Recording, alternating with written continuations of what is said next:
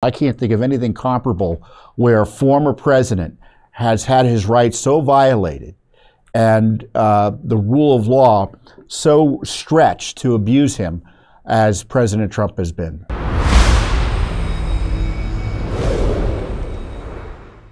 First up is the breaking news of what's happening in New York.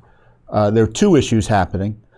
Most recently, it's just developing that Judge Engoron, the Democrat-elected judge up there, he's a politician, he's elected. That's the way many judges are selected in New York, issued an outrageous ruling fining Trump for over $350 million, effectively seizing his business through a court-appointed official and prohibiting him from engaging in business and prohibiting his sons from engaging in business for at least 3 years.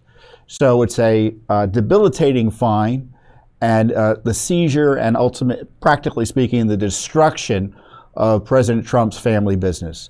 An abuse that we've never really seen before in American history. And it follows on a case brought by anti-Trump Democratic politician, New York Attorney General Letitia James, who worked hand in glove, obviously, with Judge Engoron to violate President Trump's civil rights through these show trial proceedings of non-crimes that had no victims, that has resulted in brazen election interference and what I believe to be the worst judicial abuse in modern American history, if not all of American history, because I can't think of anything comparable where a former president has had his rights so violated and the rule of law so stretched to abuse him as President Trump has been. He is a crime victim like no other, certainly in the political sphere in American history. And it's outrageous. And I'm upset about it. And what I'm also upset about, obviously, it's one thing to see the abuse and recognize the writing on the wall. I don't know whether he's going to appeal this. I presume he will and exercise all of his rights there. But what's also frustrating to me, and I may sound like a broken record, but I'm going to keep on talking about it for as long as I'm able to draw breath. And that is the failure of the Republican-controlled House to confront and try to stop and hold accountable those politicians abusing their powers to target President Trump and other American citizens. They keep on funding Jack Smith, and they have done nothing to curtail funding for New York, whose whole judicial system, and up there you have Letitia James, who's the New York Attorney General. They get all the federal money they normally get. There's been nothing curtailed. There's been no haircut for abusing the civil rights of President Trump, engaging in election interference, and destabilizing the country. Because I tell you, when you have a major figure like Trump, who is the #1 contender for the president right now, he's leading in most of the major polls, and the opposing party abuses the powerful offices that are trusted to them by the American people, or in the case of New York, the citizens of New York, to try to abuse him and take him out of the equation in terms of the campaign, that's destabilizing to the country. It's never happened before in American history. And we have this terrible story of that Russian dissident effectively being killed by the Putin regime in that prison, Navalny. Just a terrible situation. And then to see Joe Biden come out and talk about how Putin, and this is the quote, he had him arrested, had him prosecuted for fabricated crimes. How is that not what Biden has done against Trump? How is that not what Letitia James has done against Trump? How is that not what Fani Willis has done against Trump?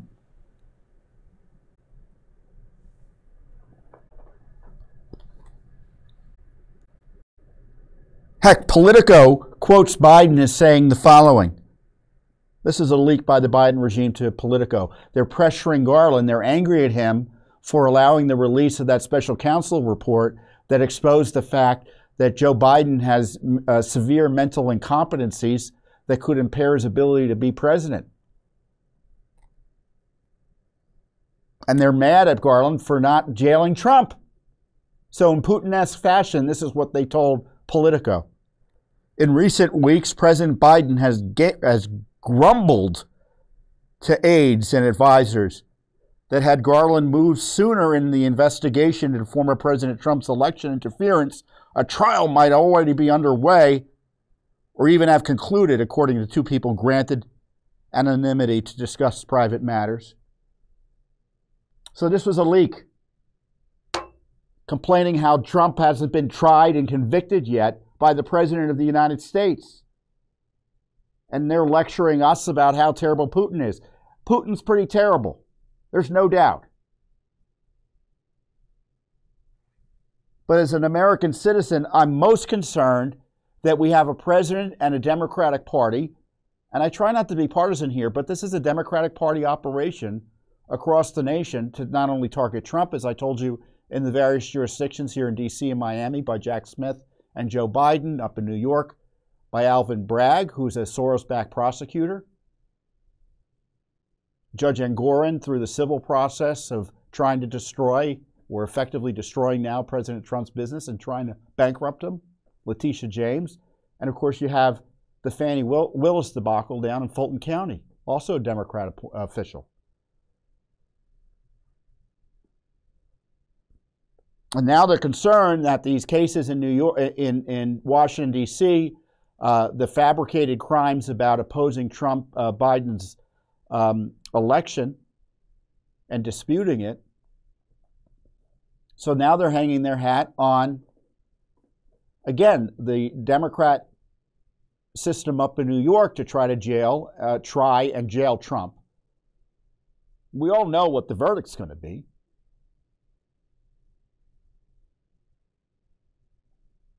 So you have this Alvin Bragg case where they're pretending that Trump violated some type of federal law by engaging in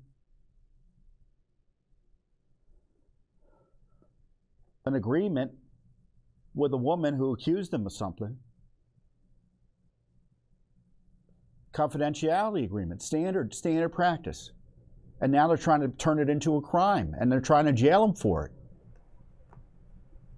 And the judge in that case, who also hates Trump, comes from the Democratic machine up there.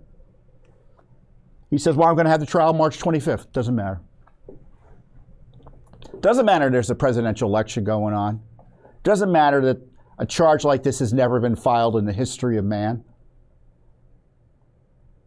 Our republic is under attack. Our republic is tottering because of these abuses by the judiciary, prosecutors, and the President of the United States and his appointees.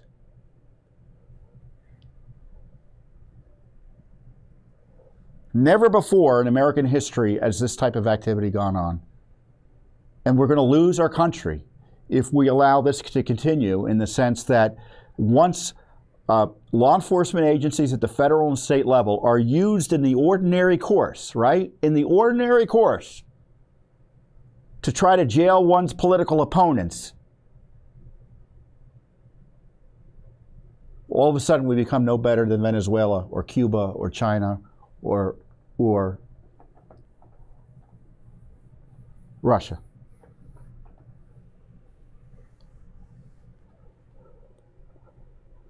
So what can be done? Well, Judicial Watch obviously is pursuing the truth through the Freedom of Information Act. We have lawsuits, I think, in virtually every case related to these Trump prosecutions, investigations. Heck, because we've been telling the truth and we've been so hard charging and telling the truth. I mean, yours truly had the Justice Department sent the FBI to knock at my door and bring me into the Jack Smith grand jury ultimately for 4 hours of harassment. Our work is so powerful that the federal government felt like they had to come in and try to intimidate us through these harassing subpoenas. So we're not going to stop. We're not going to back down. We're going to keep on telling the truth about misconduct by government officials and investigating it under law where we can. Thanks for watching. Don't forget to hit that subscribe button and like our video down below.